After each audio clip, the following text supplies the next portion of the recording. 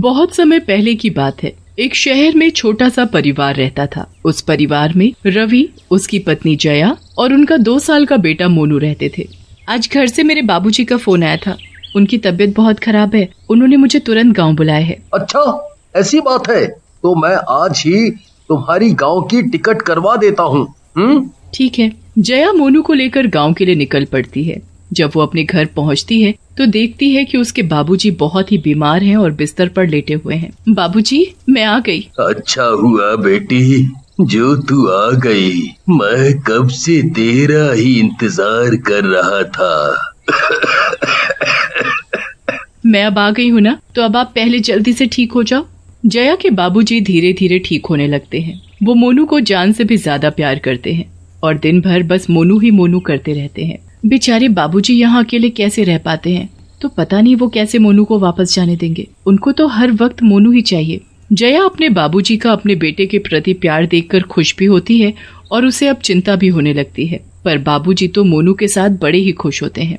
वो पूरा दिन बस उसी के साथ खेलते हैं और उसी के साथ ही खाना खाते हैं। मोनू भी अपने नाना को अब अच्छे से पहचानने लगता है और उसे भी अपने नाना के साथ रहना अब बहुत अच्छा लगता है। एक दिन जब सब लोग खाना खा रहे होते हैं तो जया अपने बाबूजी से बोलती है, बाबूजी, वो मैं बोल रही थी कि अब हमें यहाँ काफी दिन हो गए, आप भी अब बिल्कुल ठीक हो और मोनू के पापा भी वहाँ अकेले हैं, तो अब हमें वापस शहर चले जाना चाहिए। हाँ बेटी, बात तो तुम सही बोल रही हो, पर समझ नहीं आ रहा कि मैं मोनू के बिना अब कैसे रह पाऊंगा। तेरी माँ के जाने के बाद बिल्कुल अकेला हो गया हूँ। अब मोनू के साथ रहकर इतनी खुशी मिलती है कि मैं बता नहीं सकता, पर क्या कर सकता हूँ। आप परेशान न हो बाबूजी, आप हमारे साथ ही क्यों नहीं रह लेते? नहीं बेटी, हम लोगों के लिए तो बेटी के घर का पानी भी पीना पाप है और तुम वहीं रहने की बात कर रही हो। ओहो बाबूजी, आप भी ना कैसी बातें कर रहे हो। आजकल ये सब कोई नहीं मानता। तुम ये सब गांव की बातें नहीं समझोगी। खैर, कब जाना है तुम्हें वापस? मैं भी तुम्हें शहर छोड़ने चलूंगा। अरे, आपको तकलीफ उठाने की कोई जरूरत नहीं है, मैं चली जाऊंगी। मैं तो अपने मोनू के लिए जा रहा हूँ। इस बहाने मैं उसके साथ थोड़ा और वक्त बिता लूंगा। ठीक है बाबूजी। जया, उसका बेटा मोनू और उसके बाबूजी तीनों शहर की बस में बैठ जाते हैं। अरे बेटा मोनू, ये देखो बाहर कितने सुंदर सुंदर पेड़ हैं। मोनू अपने नाना की गोद में बड़ी खुशी से खेल ही रहा होता है कि अचानक बस का एक भयंकर एक्सीडेंट होता है। बस सामने से आ रहे एक ट्रक से बुरी तरह टकरा जाती है। बस अपना संतुलन खो देती है और नीचे नदी में गिर जाती है। बस में फंसे सभी लोग चिल्लाने और बाहर निकलने की कोशिश करने लगते हैं। जया तो उसी वक्त पानी में डूब जाती है, पर मोनू के नाना मोनू को ढूंढने के लिए हाथ पैर मारने लगते हैं। वो जैसे तैसे मोनू का हाथ पकड़कर रखते हैं और उसे पानी में डूबने नहीं देते। वो खुद पानी में डूबने लगते हैं और धीरे धीरे उनकी सांस बंद होने लगती है। थोड़ी देर में मोनू के नाना मर जाते हैं। मोनू के नाना मरने के बाद भूत बन जाते हैं और मोनू को मरने से बचा लेते हैं। इसके बाद वो इंसान के रूप में खुद को बदलकर मोनू को घर ले जाते हैं। मोनू और उसके नाना को घर वापस आते देख पड़ोस की शीला उनसे पूछती है, अरे बाबूजी, आप वापस कैसे आ गए और जया कहाँ है? वो अभी मोनू कुछ और दिन यहीं मेरे पास रहेगा और रमा भी बस पीछे पीछे आ रही है। अच्छा, चलो ठीक है। नाना जी मोनू को जल्दी से घर के अंदर ले जाकर दरवाजा अंदर से बंद कर देते हैं और वापस अपने भूतिया रूप में आ जाते हैं। अपने नाना का ऐसा रूप देखकर भी मोनू बड़ा खुशी से उनके साथ खेल रहा होता है, जैसे उसे उनसे कोई डर ही नहीं है। मोनू के नाना उसके भीगे कपड़े बदल देते हैं। थोड़ी देर बाद मोनू को बहुत तेज भूख लगने लगती है और मोनू बड़ी तेज रोना शुरू कर देता है। अरे रे रे रे, मेरे बच्चे, चुप हो जा। मैं अभी तेरे लिए दूध लेकर आता हूँ। भूतिया नाना मोनू के लिए दूध लेकर आते हैं और उसको पिला देते हैं। दूध पीकर मोनू चुप तो हो जाता है, पर अब वो सोने के लिए परेशान होने लगता है। मोनू को तो बस अपनी माँ की गोद में सोने की आदत होती है। अब उसके नाना फिर से परेशान हो जाते हैं। उन्हें समझ नहीं आता कि वो मोनू को कैसे सुलाएं। थोड़ी देर बाद उनको एक तरकीब सूझती है। उसके बाद वो मोनू को उसमें लिटाकर झुलाने लगते हैं। लल्ला लल्ला लोरी, दूध की कटोरी, दूध में बताशा। सो जा मेरे बच्चे, सो जा। नाना की लोरी सुनकर मोनू सुकून से सो जाता है। उसके नाना भी वहीं बैठ जाते हैं और मोनू और जया के बारे में सोचने लगते हैं। नाना, अब क्या होगा मेरे मोनू का? और मेरी बेटी जया, बेचारी मेरी बच्ची, जाने कहाँ नदी में बह गई, जो मुझे आखिरी बार उसकी शक्ल देखनी भी नसीब नहीं हुई। पता नहीं दामाद जी को इस हादसे के बारे में कुछ पता भी है या नहीं, पर अगर उन्हें पता चलेगा तो वो मोनू को यहाँ से ले जाएंगे। फिर मोनू का वहाँ शहर में कौन ध्यान रखेगा? दामाद जी तो ऑफिस चले जाएंगे। नहीं नहीं, मैं मोनू को किसी को नहीं दूंगा। मुझे इसे सबकी नजरों से छुपा कर रखना होगा। हाँ, सबकी नजरों से छुपा कर रखना होगा।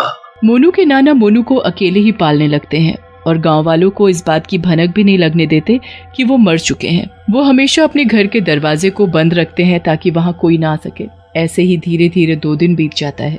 मोनू के नाना मोनू को बिल्कुल एक माँ की तरह पालने लगते हैं। वो रोज सुबह उठकर उसे नहलाते, उसे खाना खिलाते और उसके साथ खेलते। मोनू को भी अब धीरे धीरे अपने नाना के साथ रहने की आदत पड़ जाती है। एक दिन पड़ोस की शीला कुछ काम से वहां आ जाती है और दरवाजा खटखटाने लगती है। मोनू के भूतिया नाना आवाज सुनकर घबरा जाते हैं। उन्हें समझ नहीं आता कि वो अब करे तो क्या करे। वो अपना इंसान रूप लेकर दरवाजा खोल देते हैं। हाँ, बोलो शीला, तुम यहाँ क्यों आई हो? अरे, आप ऐसे क्यों बोल रहे हैं? ऐसे तो आप कभी मुझसे बात नहीं करते। नहीं, तुम अभी जाओ यहाँ से, मैं कुछ काम कर रहा हूँ। अरे, पर ये तो बता दो आपकी जया कहाँ है? आपने तो उस दिन कहा था कि वो अभी आ रही है, पर मैंने तो उसे इतने दिन से एक बार भी नहीं देखा। वो काम कर रही है।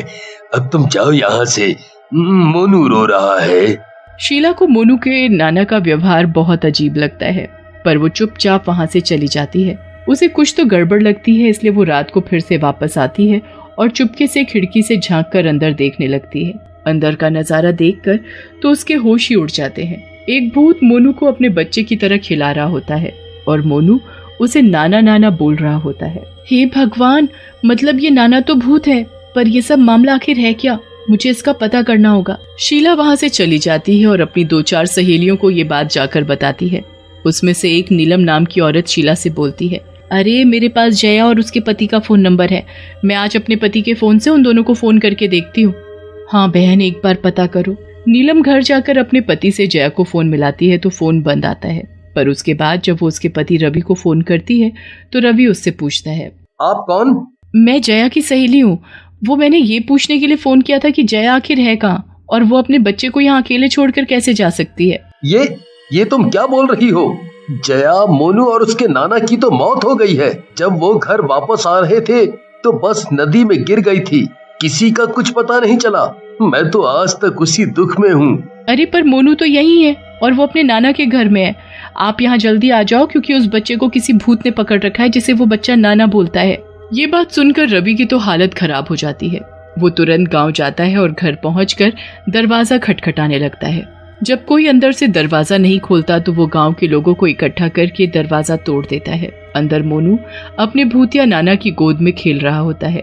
मोनू, मेरा बेटा, मेरा बच्चा, तू जिंदा है? ये तुमने मेरे बच्चे को यहाँ क्यों कैद किया हुआ है? कौन हो तुम? नाना बेटा, तुम इस भूत को नाना क्यों बोल रहे हो? क्योंकि मैं इसका नाना हूँ। उस दिन हादसे में सब मर गए, पर मेरी आत्मा मरने के बाद भी मोनू को बचाने आ गई। मैंने मोनू को बचाया और यहाँ ले आया। आपने मोनू को सबसे छुपा कर क्यों रखा?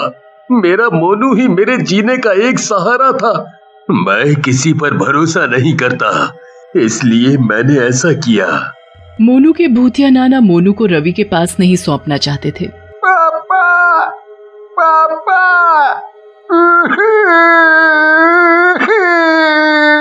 वो अपने नाना की गोद से निकलकर अपने पापा के पास भागता है। रवि जल्दी से मोनू को गोद में उठा लेता है। रवि का मोनू के प्रति प्यार देखकर उसके नाना को समझ आ जाता है कि वो मोनू के साथ गलत कर रहे हैं और यही सोचकर वो वहां से गायब हो जाते हैं और उनकी आत्मा को शांति मिल जाती है।